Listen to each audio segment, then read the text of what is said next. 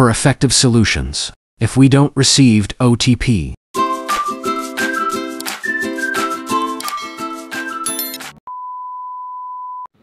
Solution number 1, switch off and switch on and try.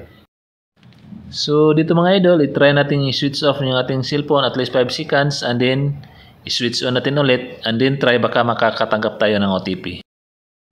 Solution number 2, delete all blacklisted calls. So dito punta tayo sa ating dial pad and then pindutin natin yung tatlong dots may bandang itaas and then pindutin natin yung call settings. And then, pipiliin natin yung block spam calls. And then, itap natin yung block numbers. And then, pindutin natin yung tatlong dots may bandang itaas. And then, piliin natin yung select. And then, i-select natin lahat ng nakalisted na number. And then, tap natin yung delete. Then, okay.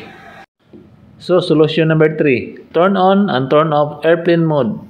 So dito mga idol, i-turn on natin yung ating airplane mode at least 5 seconds and then pagkatapos i-turn off natin ulit and then try natin baka makakatanggap tayo ng OTP.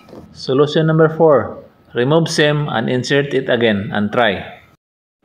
So dito mga idol ay ating tatanggalin yung ating SIM pack or SIM and then i-insert natin ulit sa ating cellphone and then try natin kung makakatanggap na ba tayo ng OTP.